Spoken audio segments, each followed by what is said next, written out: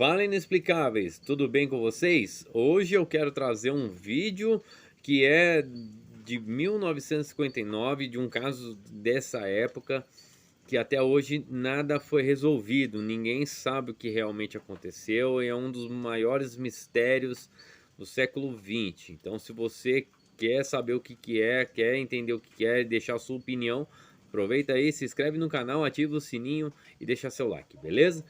Então, mas sem mais enrolação, bora lá. O incidente aconteceu na Pessoal, Rússia na bora lá noite de pro 2 de caso mais fevereiro de misterioso de todos 1959, os tempos. na Vamos costa lá. leste da montanha Koloch-Sayakal, cujo nome em Mansi significa Montanha dos Mortos. Só o nome então, já é tenso. O passo da montanha onde o incidente ocorreu é chamado de Passo Dyatlov, baseado no nome do líder do grupo, Igor Dyatlov. Tudo começou quando um grupo de 10 pessoas foram para uma expedição nos Montes Urais na União Soviética. Os Montes Urais, para quem não sabe, é um monte onde se extrai muito urânio. Então era considerada uma a mais montanha difícil até, entre escalada na aspas, época. aí, É radioativa. importante falar que o grupo tirava várias fotos e fazia muitas anotações por onde passavam. E que eles disseram que iriam mandar telegramas assim que finalizassem a missão. Dos 10 membros, apenas um sobreviveu. O grupo consistia de 8 homens e 2 mulheres. A maioria estudantes ou graduados do Instituto Politécnico de Ural. Os 10 membros do grupo eram compostos por Igor Dyatlov, o líder da expedição, Yuri Doroshenko, Ludmila Dubinina, Yuri Krinovchenko, Alexander Kolevatov, Zinalda Kolmogorova, Rustem Globodin, Nikolai Brignolis, Semyon Alexander e Yuri Yodin. O grupo viajou de trem para Lidel, cidade ao centro da província de Oblast, desembarcando ali em 25 de janeiro. Eles então tomaram um caminhão para Visay, o último assentamento inabitado ao norte, considerado um dos casos mais misteriosos de todos os tempos.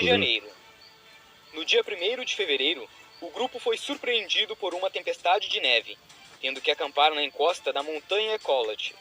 O cronograma deles era acampar no grupo de Visay, depois viajar ao sul nos Montes Urais e continuar para o norte, com a data de retorno para 11 de fevereiro. Tudo ia como previsto, porém quando chegarem em Visay para montar acampamento, as coisas começaram a ficar estranhas. Como disse no começo, a montanha Koloch era conhecida como a Montanha dos Mortos. O povo indígena Manji, que habitava a costa da região, começaram a falar para eles sobre as lendas do local, e diziam que muitos acontecimentos ruins de fato ocorriam lá, tal como 9 dos seus caçadores morreram lá durante a noite, sem mais nem menos. Não tinham marcas de agressões ou armas, simplesmente foram encontrados mortos. Eles disseram que depois disso, a montanha era habitada por almas que levavam as pessoas que entravam naquela área. Os Manjis, então, começaram a falar para o grupo não irem até lá, mas eles não deram ouvidos a isso, e foram assim mesmo, continuando sua jornada. Lembram que eu disse que dos 10 integrantes apenas um sobreviveu? Pois então, no total no 9 dia seguinte, também. Um dos integrantes, Yuri Yudin, ficou doente de repente. Disse que estava com uma dor insuportável nas costas, e não continuou com o grupo, voltando para casa, e os outros 9 continuaram. No dia seguinte, 1º de fevereiro, os esquiadores começaram a descer o passo. Ao que parece, eles planejavam atravessar o local e acampar do outro lado durante a noite seguinte. Mas devido à piora nas condições climáticas e meteorológicas, com tempestade de neve e declínio de visibilidade, o grupo acabou se perdendo e seguindo para o oeste, subindo em direção ao topo de Koloch. Então eles decidiram parar e montar acampamento no começo da montanha. E esse então foi o último lugar em que eles estiveram. O problema nisso tudo é que eles estavam recém no início do cronograma. E de fato, o local em que estavam acampando não mostrava dificuldade de estrada, ainda mais para eles, que eram experientes, o que torna tudo ainda mais estranho. Como a volta do grupo estava prevista para 2 de fevereiro, e eles não voltaram, e não havia nenhum telegrama que eles disseram que mandariam, o líder Dyatlov combinou que mandaria uma mensagem telegráfica para seu clube esportivo, assim que o grupo retornasse a Visay. Estima-se que isso ocorreria por volta de 12 de fevereiro, mas mesmo com o passar da data, não houve reação. Então, dia 20 de fevereiro, começaram as buscas para encontrar o grupo. As primeiras equipes de buscas enviadas foram formadas por alunos e professores. Posteriormente, o Exército e Forças Especiais foram enviadas, com aviões e helicópteros requisitados a juntar-se à Cara, operação. que história mais Após maluca, 6 dias mano. de buscas, no dia 26 de fevereiro, um avião militar que estava sobrevoando no local encontra os restos do acampamento do grupo. A equipe de resgate vai para o local que ficava na costa da montanha, que era conhecida como Montanha dos Mortos. E realmente é o acampamento. O curioso é que ninguém do grupo estava lá. A barraca deles estava muito danificada e o local todo estava uma zona. Porém, todos os seus pertences estavam lá, incluindo os cadernos de anotações e mochilas. Também havia uma grande quantidade de pegada no local, mas todas elas eram uma bagunça, tendo algumas pegadas de pés descalços e outras com pés calçados, espalhadas por todos os lados. Eles conseguiram seguir uma pegada que dava para baixo da montanha indo para a floresta, aproximadamente em 500 metros de distância da barraca. E lá encontraram os restos de algo que parecia uma fogueira sobre um grande pinheiro. E nesse local, eles encontram os 2 primeiros corpos. Caramba. Eram eles de George e Yuri. Eles estavam descalços e usando apenas as roupas íntimas. Eles investigaram em volta da cena e perceberam que o tronco do pinheiro estava com pedaços de carne e pele humana. Nossa. Junto a isso, as mãos dos 2 mortos estavam bem danificadas, como se eles tivessem tentado subir na árvore e arrebentado as mãos, ou que estivessem arrancado pedaços da árvore para colocar na fogueira. Como não havia nenhum sinal de rastros de animais, eles também presumiram que algo os assustou tanto que eles saíram da barraca às pressas só com as roupas de baixo e tentaram subir no pinheiro para se proteger. Nessa tentativa, acabaram arrebentando as mãos.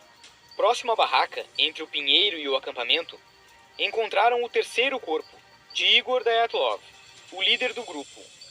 Ele estava deitado com a cabeça em direção à barraca, com uma mão segurando um galho e com a outra cobrindo seu rosto, como se estivesse se protegendo de algo.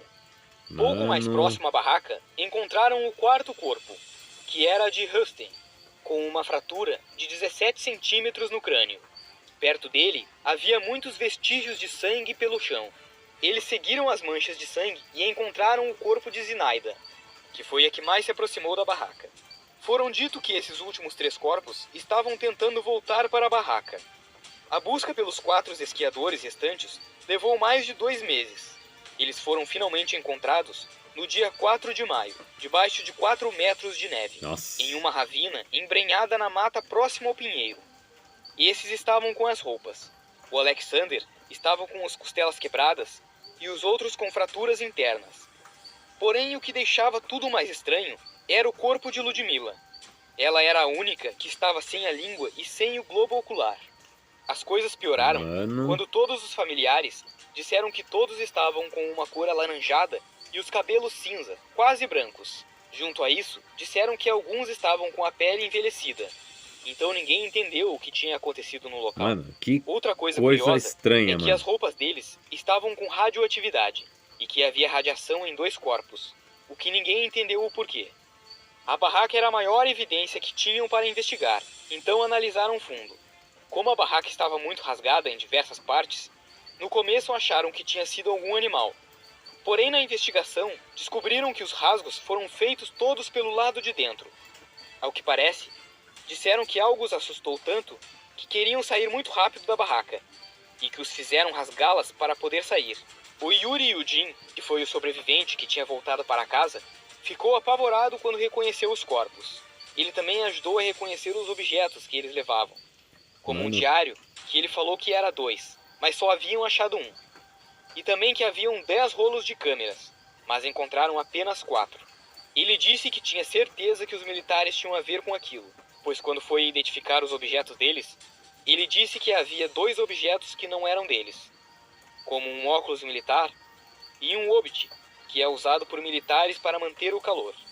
Os legistas que analisaram os corpos disseram que tudo aquilo era estranho, porque os corpos estavam muito deteriorados por dentro, mas por fora não haviam nenhum machucados, nem arranhões, mordidas ou qualquer sinal que foram atacados. Simplesmente estavam intactos por fora. Porém, os especialistas falaram que para um corpo se quebrar por dentro daquele jeito, teria que ser uma pressão muito grande. Eles compararam com um acidente de carro, que com a pancada forte os corpos se quebram. No começo da investigação, Mano, que eles foram tenso, para cara. cima do povo Manji, porque foram os últimos que tiveram contato com o grupo. Eles achavam que os Manjis tinham a ver com as mortes. Por conta disso, o povo Manji sofreu na época até tortura militar. Yuri, o sobrevivente, afirmou que eles tentaram impedir que fossem para a montanha, por conta das lendas, mas que não tinham a ver com o caso. A perícia então fez uma reconstrução do que poderia ter ocorrido. Disseram então o seguinte: era noite e estavam todos dormindo, quando algo os assustou, e que rasgaram a barraca e saíram às pressas deixando as roupas. Eles chegaram na árvore e arrancaram os galhos do pinheiro para fazer a fogueira. Como estava a 20 graus abaixo de zero, eles queriam voltar à barraca, que já não avistavam mais perante a neve. Então decidiram subir na árvore para tentar enxergar.